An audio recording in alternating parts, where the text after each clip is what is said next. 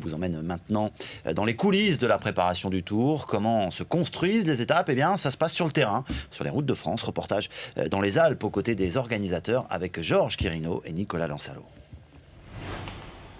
La semaine dernière, au siège d'ASO, l'organisateur du Tour de France, discours de la méthode. Dès lors que l'on a choisi le lieu du grand départ, il y a une sorte de tracé qui se dessine. On ne sait pas si on va passer à 50 km au nord, au sud, à l'est d'un point.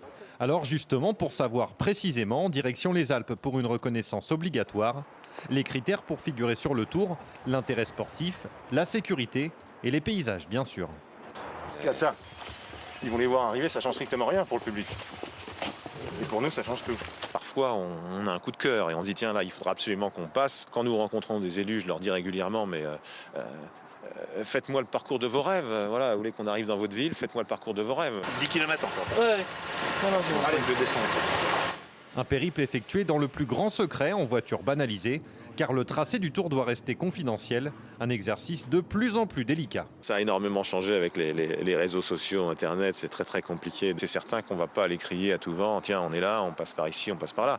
Mais aussi pour être serein, pour choisir sereinement, pour dire on y va pas, pour avoir le temps de regarder, de revenir sur nos pas. Ces repérages, les organisateurs les font tout au long de l'année. Un endroit identifié peut figurer sur un Tour 3 ou 4 ans après. La France est un terrain de jeu que l'on n'a jamais fini d'explorer.